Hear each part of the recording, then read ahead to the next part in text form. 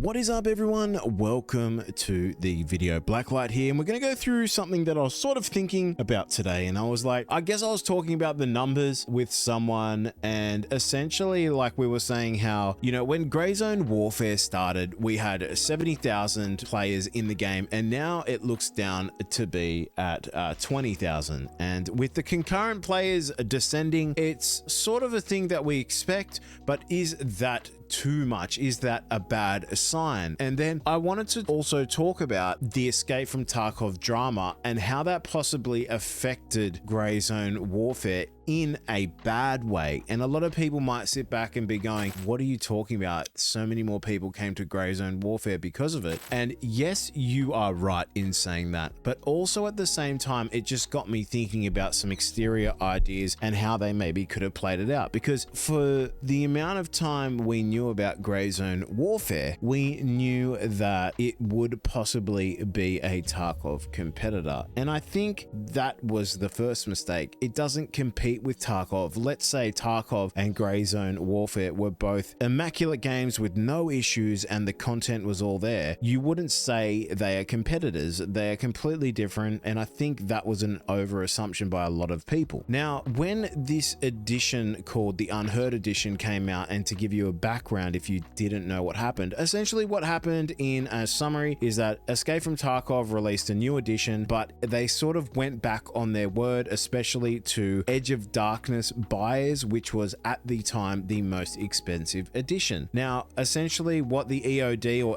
Edge of Darkness version said was that you will have all upcoming DLC content, and then they released some things with the new edition, and Edge of Darkness holders didn't get that, and people were sort of confused as to why, because it felt like a DLC, etc. And there's a lot more behind it, but I don't want to be speaking about Tarkov too much. But then why this relates to Grey Zone Warfare is because there was so much drama and anger from the Tarkov community. Grey Zone Warfare then came out and said, we are releasing next week. And now this is where I get a little bit curious. I was fortunate enough to play the first VIP early access.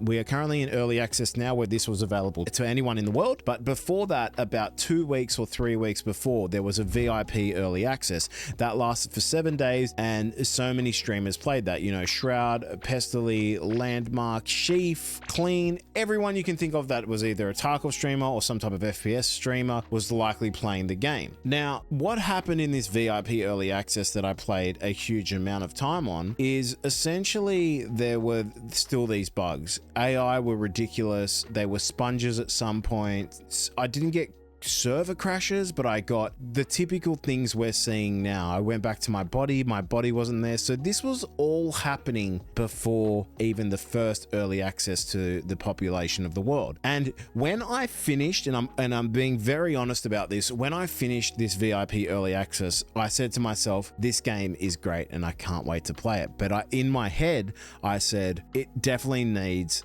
3 to 6 months to add, like, to get more, flesh out some of the stuff. It feels great. And I thought they were just doing this as this is a way to promote the game.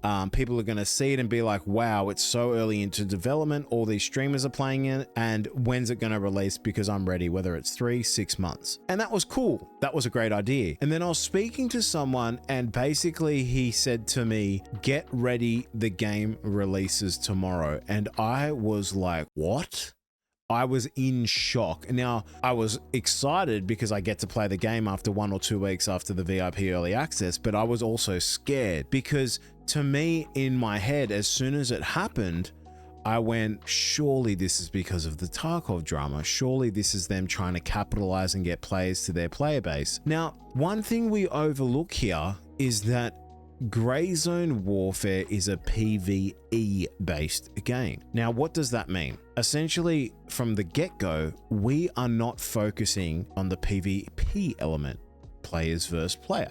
We are focusing on content. We are focusing on tasking. We are focusing on the plethora of opportunities available to us in the current state. Now, what this means is there needs to be content, and I think this is where Grey Zone Warfare currently is falling short. Now, I do want to preface that by saying I still love the game and I can't wait for the content to come, but I'm going to go out on a limb and say that this was a push release. I think with all the Tarkov drama, they just got the word and they said, look, we're going to release this early, people are going to buy it, we're going to get income in, and we'll deal with everything later. And I keep sort of going back to that thinking this possibly hurt them. I would have preferred if the game was coming out in another month to 2 months time, where all these bugs and crashes could be fixed. They retain, their player base a bit better. Maybe it would be at 30, 40,000. I don't know. That's just an assumption, but there'd be also opportunity for more content, because what we're finding now in Grey Zone Warfare is after you're finishing even 80 plus quests or tasks, as they're called in the game, a lot of people are getting bored because the game is becoming stale. And then mentioning this gives me massive Diablo 4 vibes, where I always come back to this. Even Destiny 2, when I first started playing it, I was so excited, everything felt cool, and then I finished the first raid and I was literally doing the same thing over again. I was riding around doing the exact same quests or daily events, and it just got repetitive and boring, so I stopped. Diablo 4, I got to level 50, I was churning out, killing the same armies over and over again. Basically got to level 50 and I was going to the Helltides area and then killing enemies and just looking for better gear, but there was not enough content. And I think this is the most important part to games, is we need content early. It's okay to have a great game come out and say, this is what it is, this is the foundation, and I know you'll be excited for what is to come. But 6 months or 4 months down the track is a lot of time in the gaming world. I think Grey Zone, especially Madfinger Games, need to be really, really, really careful about how and what they are going to bring out, because if it's just fixes for the next 6 months,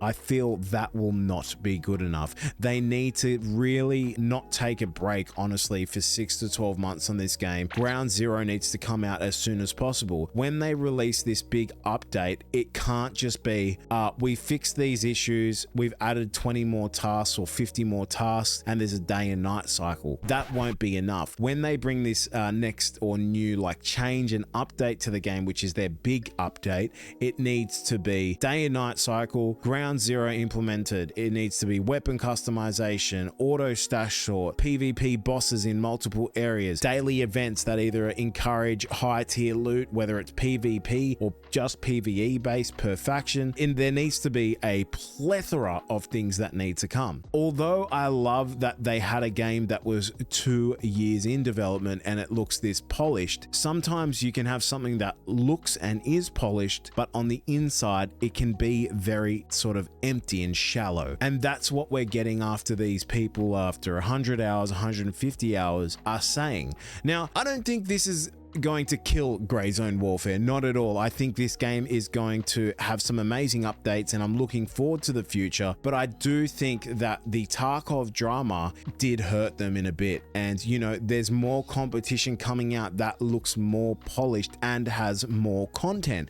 This is where comparing comes into it. This is where competition comes into it, where you say, why shouldn't I play this game versus Grey Zone when the other game has way more content, when the other game has better FPS and less crashes? Why shouldn't I ask for a refund? Because it's okay when people ask for a game and they buy it, but when it crashes and there's a multitude of issues and they ask for a refund, that's where there can be a problem. Now, I'm not hating on Grey Zone Warfare. I just think they did prematurely release this game because they saw an avenue to get more money in my opinion. It should have been released in sort of August, September, even after other games certainly might have released, and they should have added more content in so more people would stay longer. But I want you guys to let me know what you think in the comments below. Do you think the release was justified? They got great income from it?